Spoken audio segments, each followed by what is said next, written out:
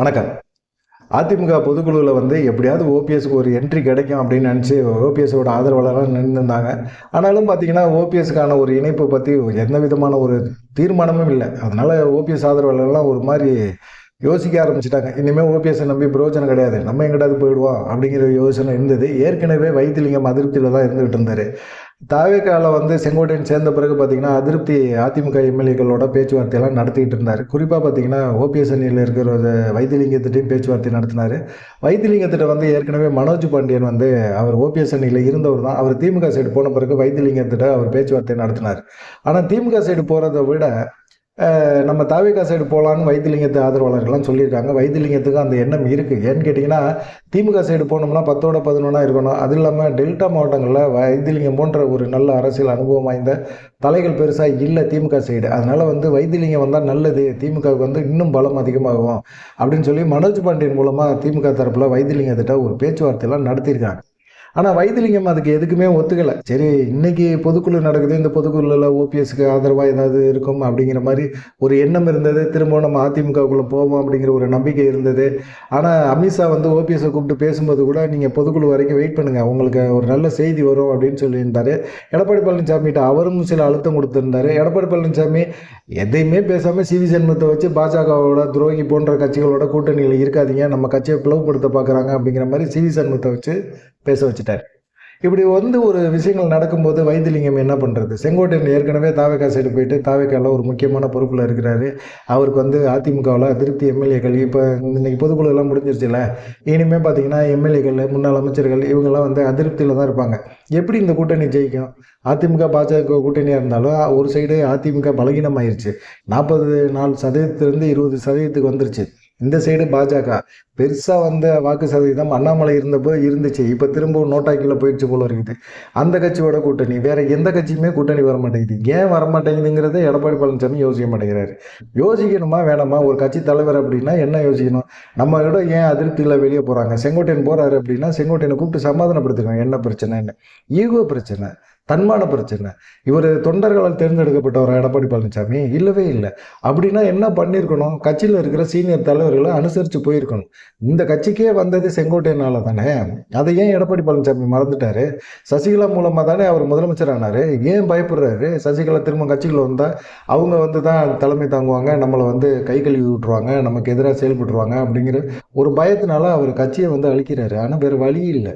Udhayakumar, KP Munsamy போன்ற நபர்கள் எல்லாம் வச்சுக்கிட்டு என்ன பண்ணுறது? வேலுமணியெல்லாம் ஒரு தெளிவான ஒரு முடிவு எடுக்கவே தயங்குறாரு. கேபி முன்சாமியெல்லாம் சந்தர்ப்பவாதி. அதெல்லாம் எத்தனை இது பண்ணி இந்த வளர்மதியெல்லாம் ஜெயலலிதா ஆன்மா எடப்பாடி மூலமாக இந்த பொதுக்குழுவை பார்த்துக்கிட்டு இருக்கிறான். அது எடப்பாடி பழனிசாமியை வளர்மதியெல்லாம் எவ்வளோ கேவலமாக பேசிச்சு, காரி காரி துப்புச்சு. அதெல்லாம் என்ன சொல்கிறதுனே தெரியல. அரசியல்னா அப்படித்தாங்க, சாக்கடையிலையும் கை விடுவோம், ஆற்றுலையும் கை விடுவோம் அப்படிங்கிற மாதிரி இருக்குது. சரி பார்க்கலாம் அப்படிங்கிற மாதிரி இருக்கும்போது ரொம்ப அதிருப்தி ஆகிட்டார் வைத்திலிங்கம். என்ன பண்ணுறதுன்னு தெரியல அவருக்கும். டெல்டா மாவட்டத்தை சேர்ந்த வைத்திலிங்கத்தை எப்படியாவது நம்ம தாவேக்கா சைடு கொண்டு வந்துட்டால் டெல்டா பகுதியில் தாவேக்கா ஒரு ஸ்ட்ராங்காக செல்வாக்காக மாறிடும் அப்படிங்கிறத எடப்பாடி செங்கோட்டையன் உணர்ந்திருக்கிறார். எடப்பாடி பழனிசாமியும் பார்த்தீங்கன்னா வைத்திலிங்கத்துக்கு தூத்து விட்டு பார்த்தாரு. நிறையா முக்கியமான பதவிகள்லாம் கொடுக்குறேன் அப்படிங்கிற மாதிரி சொன்னார். ஓபிஎஸ்கிட்ட வந்தாச்சு, ஓபிஎஸ்க்கு ஆதரவாக இருந்தாச்சு. எடப்பாடி பழனிசாமியோட போய் சேர்றது கண்டிப்பாக ஓபிஎஸ்க்கும் சரி, ஓபிஎஸ் ஆதரவாளர்களுக்கும் சரி ஒரு மனக்கசப்பை ஏற்படுத்தும் அப்படிங்கிறத வைத்திலிங்கம் உணர்ந்திருக்கிறார். அதை தாண்டி பார்த்தீங்கன்னா நம்ம அதிமுக அப்படிங்கிற ஒரு விஷயத்தை இனிமேல் கைவிட்டுறணும். நம்ம யாரு கூட இருந்தாலுமே அது நல்லாவும் இருக்காது, திமுக சைடும் போக முடியாது அப்படிங்கிற ஒரு எண்ணத்தில் இருந்தார். எடப்பாடி பழனிசாமியோட சுத்தமாக போக முடியாது. அதுவும் குறிப்பாக வேலுமணி இருக்கிற இடங்கள்லாம் அங்கே போய் நிற்கவே முடியாது அப்படிங்கிற ஒரு எண்ணத்துக்கு வைத்திலிங்கம் இருந்தார். ஆனால் ஓபிஎஸ்ஸை நம்பிக்கிட்டே இருந்தார். ஓபிஎஸ் பாஜக மேலிடம் ஏதாவது ஒன்று ஓபிஎஸ்க்கு பண்ணுவார். ஓபிஎஸ் பாஜக மேலிடத்தோட பேசுவார். வைத்திலிங்கம் வீட்டில் அமலாக்கத்துறை ரைடு நடந்தப்போ கூட ஓபிஎஸ்னால ஒன்றும் பண்ண முடியல. வைத்திலிங்கம் வருத்தப்பட்டார், அவ்வளோதான், வருத்தப்பட தான் முடியும். ஓபிஎஸ் என்ன செய்வார்? நம்ம அவங்க கூட தான் கூட்டணியில் இருக்கோம், நம்ம வீட்டு சைடே ரைடு அடிக்கிறாங்களே, இது என்ன, அது அநியாயமாக இருக்குது அப்படின்னு வைத்திலிங்கத்திட்டே கேள்வியை கேட்டுட்டு கவலைப்படாதீங்க நான் பேசுகிறேன் அப்படின்னு சொல்லிட்டு விட்டுட்டார். இப்போ ஓபிஎஸ்ஸை நம்பவும் முடியாது. ஓபிஎஸ்ஸை நம்பி நம்ம ஒரு புதிய கட்சி ஆரம்பிக்கிறாரு அப்படின்னு சொன்னால், வெளியே வந்துட்டு அமித்ஷாவை சந்திச்சுட்டு இங்கே வந்துட்டு என்ன சொல்கிறாரு, நான் ஒன்றும் சொல்லவே இல்லையே, புதுசாக கட்சி ஆரம்பிக்கிறேன் நான் எப்போ சொன்னேன், நான் சொல்லவே கிடையாது அப்படின்ட்டுருக்காரு. இதெல்லாம் வந்து பார்க்கும்போது வைத்திலிங்கத்துக்கு அதிருப்தி ஆகுமா தாகாதா? ஓபிஎஸ்ஸை நம்பி பிரயோஜனமே கிடையாது. ஓபிஎஸ்கிட்ட எந்த முன்னேற்றமும் ஏற்படலை. தனியாக கட்சி ஆரம்பிக்க போகிறதில்ல. தனியாக கட்சி ஆரம்பித்தாலும் அவரால் ஒரு சுயமாக ஒரு முடிவு எடுக்க முடியல. செலவு பண்ணணும். செலவு பண்ணுறதுக்கு யோசிக்கிறாரு. 10 பைசா அவுக்க மாட்டேங்கிறாரு. புதிய கட்சியெல்லாம் ஆரம்பிக்கிற மாதிரி ஒரு ஐடியா அவர்கிட்ட கிடையாது. ஏதோ ஒரு கட்சியில் போய் சேர போகிறாரு. அவ்வளோதான் நடக்க போகுது. திமுகவோட சேர்ந்தாலும் சேரலாம். திரும்பவும் அதிமுக ஒருங்கிணைந்த அதிமுக உருவாக்குறதுக்கு எதையாவது ஒரு பதவியை கொடுங்க. அட்லீஸ்ட் பொருளாளர் பதவி, துணை பொருளாளர் பதவி, திண்டுக்கல் சீனிவாசன் கீழேயாவது நான் வேலை பார்க்குறேன் அப்படின்னு ஓபிஎஸ் சொன்னாலும் சொல்லுவார் போல இருக்குது. அந்த மாதிரி இறங்கி போகிறார். இறங்கி போனாலும் எடப்பாடி பழனிசாமி கண்டுக்க மாட்டேங்கிறாரு. அமித்ஷா வந்து சொல்கிறாரு, ஆடிட்டர் குருமூர்த்தி அமித்ஷாட்ட பேசுகிறாரு, அண்ணாமலை பேசுகிறாரு, போய் அமித்ஷாட்ட பேசி இது மாதிரி எடப்பாடி பழனிசாமிகிட்ட சொல்லுங்கன்னா அதையும் கேட்க மாட்டேங்கிறாரு. இப்படி தொடர்ந்து வந்து பார்த்திங்கன்னா பிரச்சனை மேலே பிரச்சனை ஓபிஎஸ். இப்போ வைத்திலிங்கமும் ஓபிஎஸ்ஸை நம்பி இருக்க முடியாது. இப்போ அவரை பொறுத்த வரைக்கும் என்னன்னு கேட்டிங்கன்னா, வைத்திலிங்கத்துக்கு இப்போ அவருடைய ஆதரவாளர்கள்லாம் இருக்காங்க. இப்போ சட்டமன்ற தேர்தலில் நிற்கணும். ஓபிஎஸ் கூட இப்போ வந்து நின்றாங்க. ஓபிஎஸ் புதுசாக கட்சி ஆரம்பித்தாலும் தேசிய ஜனநாயக கூட்டணியில் போய் சேர்ந்தாலுமே வைத்திலிங்கத்துக்கு எத்தனை சீட்டு தருவாங்க? ஒரு சீட்டு தருவார். வைத்திலிங்கம் நிற்கிறதுக்கு மட்டும் தருவாங்க பாஜக. மீதி என்ன செய்வாங்க? வைத்திலிங்க ஆதரவாளர்கள் நிற்கணும்னு நினைக்கிறாங்களா? அவங்களுக்கான ஒரு இது வேணும்ல. திமுக சைடு போனாலுமே அந்த சலுகை கிடைக்காது. அப்போ வந்து அவர் என்ன யோசிப்பார்? செங்கோட்டையன் தாவேகா சைடு போனது காரணம் என்ன?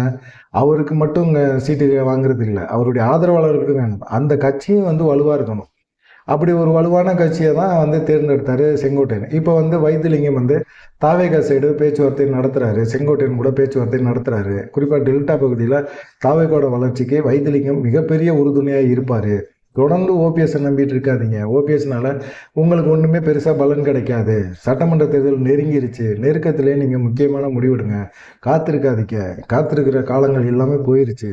நீங்கள் வந்து கடந்த சட்டமன்ற தேர்தலேருந்து இந்த சட்டமன்ற தேர்தல் வரைக்கும் காத்திருக்கிறது வேஸ்ட்டு. இப்போ நீங்கள் தேர்தலில் நிற்கணும், உங்களுடைய ஆதரவாளர்களுக்கு சீட்டு வாங்கணும் அப்படின்னா வாங்க தாவேகா சைடு அப்படின்னு சொல்லி செங்கோட்டையன் வைத்திலிங்கம் மனசை கரைச்சிட்டார்.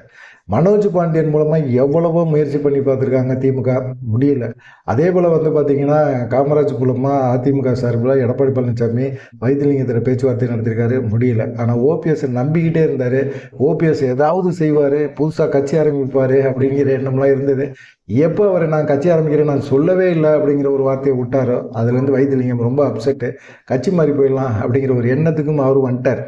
அதனால பார்த்திங்கன்னா கண்டிப்பாக வந்து இவர் தாவேகா சைடு போகிறதுக்கு வாய்ப்புகள் அதிகமாக இருக்குது. செங்கோட்டையன் ஓரளவுக்கு எல்லாமே பேசி முடித்து எல்லாம் க்ளீனாக இது பண்ணி வச்சுட்டாரு அப்படிங்கிற மாதிரி இருக்குது. நாளைக்கே சேர்ந்தாலும் சேர்ந்துருவார். அவருடைய ஆதரவாளர்கள் கூட சேர்ந்து போய் செங்கோட்டையன் அவர் கூட கூட்டிகிட்டு போய் விஜய் சந்தித்து தாவேகாவில் சேர்றதுக்கு வாய்ப்புகள் வைத்திலிங்கத்துக்கு அதிகமாக இருக்குது அப்படிங்கிற மாதிரி சொல்கிறாங்க. எப்படி செங்கோட்டையன் கொங்கு பகுதியில் வந்து செங்கோட்டையன் தாவேகா அப்படின்னா ஒரு பிம்பமாக இருக்காரோ, அதே போல் டெல்டாவில் தாவேகா அப்படின்னா வைத்திலிங்கம் இருப்பார் அப்படிங்கிற மாதிரி இருக்குது. பார்க்கலாம் என்னென்ன முன்னேற்றங்கள் வருது அப்படின்னு சொல்லி. வைத்திலிங்கம் சம்பந்தமாக இது வந்து அவருடைய ஆதரவாளர்கள் எல்லாம் சொல்கிற தகவல் தான். கண்டிப்பாக வைத்திலிங்கம் வந்து தாவேகா சைடு போயிடுவார் அப்படிங்கிற மாதிரி இருக்குது. ஏன்னா எடப்பாடி பழனிசாமியும் அதிமுக ஒருங்கிணைக்க போகிறதில்ல, ஓபிஎஸும் வந்து புதுசாக கட்சி ஆரம்பிக்க போகிறதில்ல. ஓபிஎஸ்ஸை நம்பிக்கிட்டு நம்ம தொடர்ந்து பயணம் பண்ணோம்னா இந்த தேர்தலில் நிற்க முடியாது. சுயேட்சையாக தான் நிற்கணும். இதுக்கு நம்ம தாவேகா சைடே போகலாம். நம்மளை நம்பியும் நம்மளை கூட இருக்கிற ஆதரவாளர்களுக்கும் அது மிக முக்கியமாக படும் அப்படிங்கிற ஒரு எண்ணத்தில் வைத்திலிங்கம் இந்த முடிவை எடுத்திருக்கிறார் அப்படின்னு சொல்லி வைத்திலிங்கம் ஆதரவாளர்கள் சொல்கிறாங்க. நீங்கள் என்ன நினைக்கிறீங்க? வைத்திலிங்கம் தாவேகா சைடு போகிற விஷயத்தை பற்றி நீங்கள் என்ன நினைக்கிறீங்க அப்படிங்கிறத மறக்காமல் கமெண்ட் பண்ணுங்கள். நன்றி, வணக்கம்.